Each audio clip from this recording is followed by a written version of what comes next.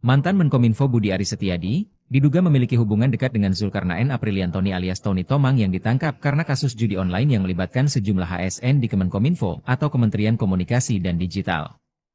Bahkan Budi Ari juga sangat dekat dengan Adi Kismanto alias Valen yang diberi kepercayaan untuk mengelola software crawling situs-situs judi online di Kominfo.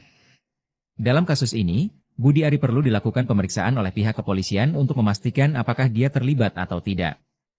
Karena, dalam operasi penangkapan pegawai Komdigi yang mengamankan situs-situs judi online itu sangat penting. Di balik berjayanya situs judi online ini, berkat adanya pihak-pihak yang diduga dibayar agar sejumlah situs ini tidak diblokir.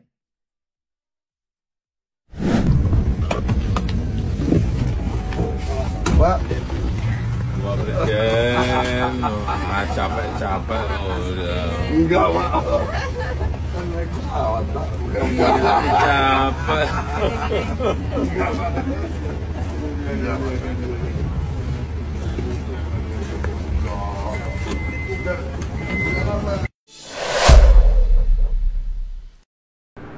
Aksi luar biasa dari Prabowo, bersih-bersih kabinet, bersih-bersih pemerintahan. Itu menjadi satu syarat yang sangat kita apresiasi.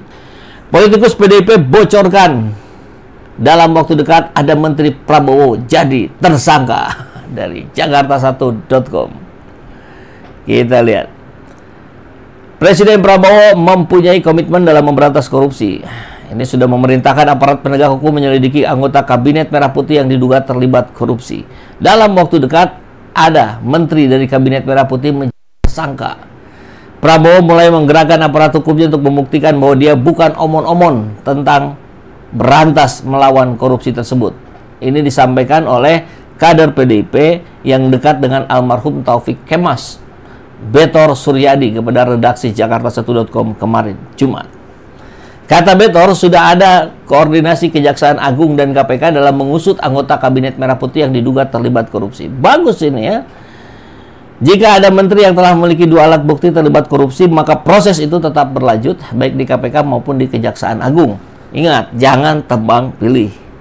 Betor mengungkapkan, Prabowo sudah mempunyai data beberapa menteri yang diduga terlibat korupsi.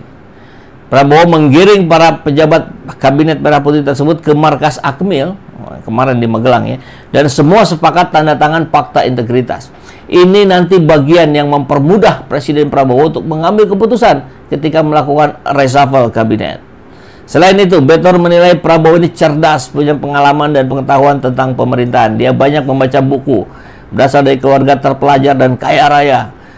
Kalau terpelajar dan kaya raya bisa merasakan nggak ya perihnya rakyat jelata ini, yang ada yang sampai bunuh diri, ada bunuh suaminya, bunuh istrinya, bunuh anaknya karena judol dan pinjol. Berantas korupsi, wujudkan keadilan, itu modal tegaknya Indonesia sebagai macan Asia. Kata Betor, pertemuan di Solo, bukan di Solo yang kemarin, karena kemarin datang lagi tuh. Ada apa lagi? Apakah mau membahas Budi Ari? Prabowo tidak melawan atau menolak geng Jokowi masuk ke dalam kabinet atas permintaan Jokowi. Dengan sabar dan tersenyum, Jenderal Prabowo menerima usulan tersebut. Dia paham dengan orang yang dimasukkan Jokowi ke dalam kabinet itu. Pada pidato dari pertamanya kita dengar Prabowo mengungkapkan komitmen dan konsistensinya terhadap perjuangan melawan kebodohan dan korupsi. Jika para koruptor yang hadir dan punya hati nurani, maka mereka, para undangan tersebut tentunya malu. Prabowo mengulang-ulang kalimat tersebut.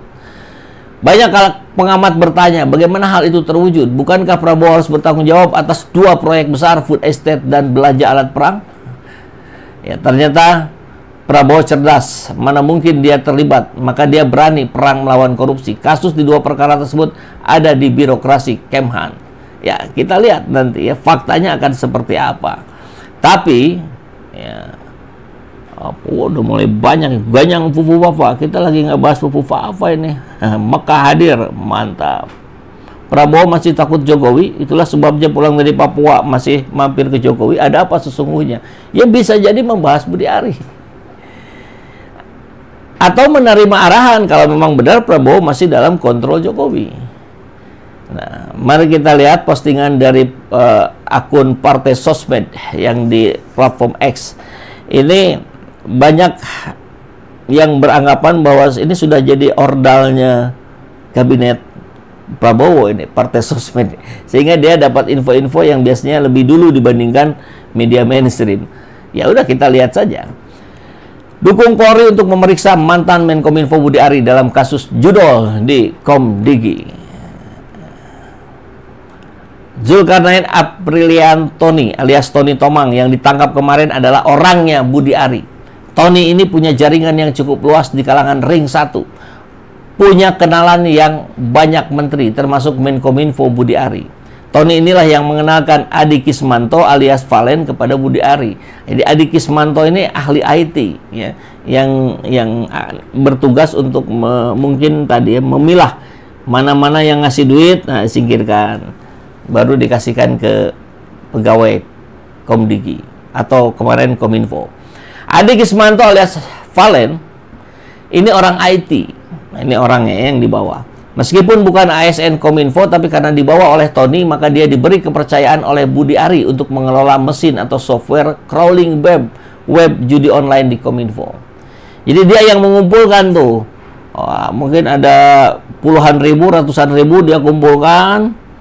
Mana yang ngasih duit, simpan sini. Nah ini silakan dibasmi, silakan diberantas. Kan begitu kurang lebihnya ya, sederhananya.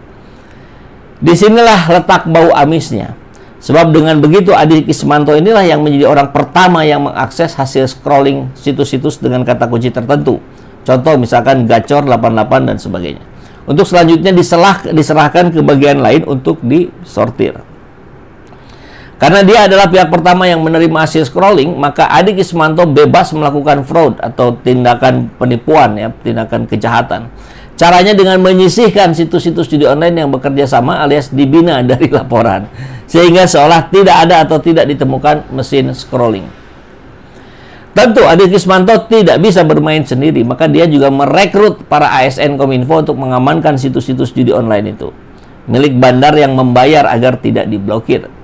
Dan sebagai orang bawaan tentu dia tidak bisa melakukannya tanpa restu atasannya. Siapa itu? Budi Ari. Tidak cukup sampai di situ. Selain ngantor di Kominfo, Adi Kismanto dengan dibiayai Zulkarnain Apriliantoni membuka posko untuk koordinasi barang-barang sekongkolannya di Kominfo dengan menyewa ruko yang digerebek beberapa hari yang lalu. Dan mereka berkantor di 2 tempat. Bagaimana hubungan antara Adi Kismanto dengan Tony dan Budi Ari? Sangat erat. Bahkan sang menteri khusus menyempatkan diri datang ke pernikahan keduanya. Ini menunjukkan relasi di antara mereka bertiga. Jadi siapa? Adi Kismanto ini yang menikah aja ya, yang tengah. Nah ini Tony, nah ini Budi Ari. 3 serangkai. Apakah dengan fakta-fakta yang kami sampaikan di atas Budi Ari bisa dicurigai terlibat dalam operasi kerjasama dengan judi online di Kominfo? Kami tidak tahu. Silakan netizen yang menyimpulkan. Tapi menurut kami ada 2 kemungkinan untuk Budi Ari. Atasan yang bodoh atau memang terlibat. Kalau bodoh tampaknya nggak mungkin juga ya. Bagaimana mungkin orang bodoh bisa jadi ketua projo? Bagaimana mungkin orang bodoh bisa jadi menteri? Ya. Sekarang kita bahas bagaimana cara kerja bandar judi online. Bagaimana bisnis mereka bisa survive serta apa yang membuat judi online begitu subur sehingga mengakibatkan penderitaan luar biasa bagi rakyat Indonesia. Bisnis bandar judi online ini sederhana sekali. Tinggal beli paket programnya, lalu bisa di-cloning sebanyak-banyaknya.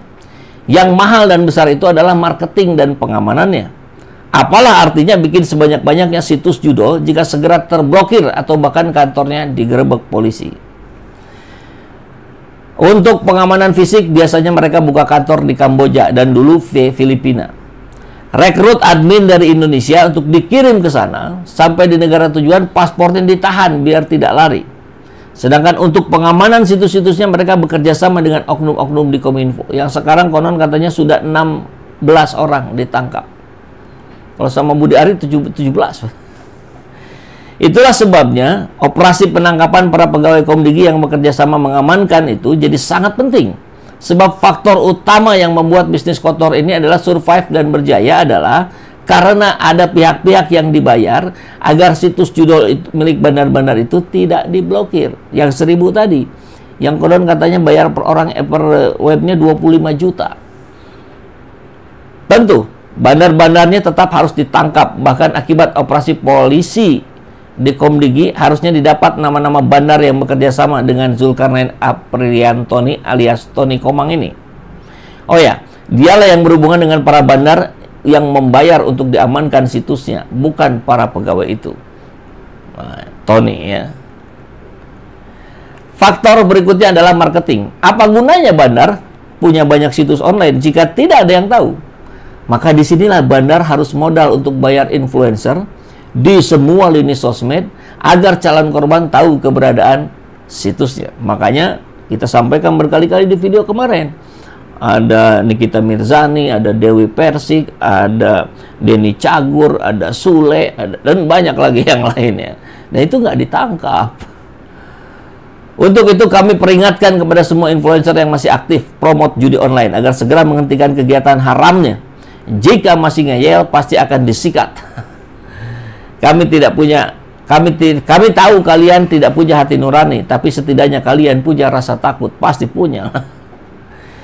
Jadi ini jawaban bagi yang mempertanyakan kenapa bukan bandarnya dulu yang ditangkap. Justru dengan dilumpuhkan antek-antek mereka di kekuasaan, maka otomatis lumpuh juga operasi bisnis mereka.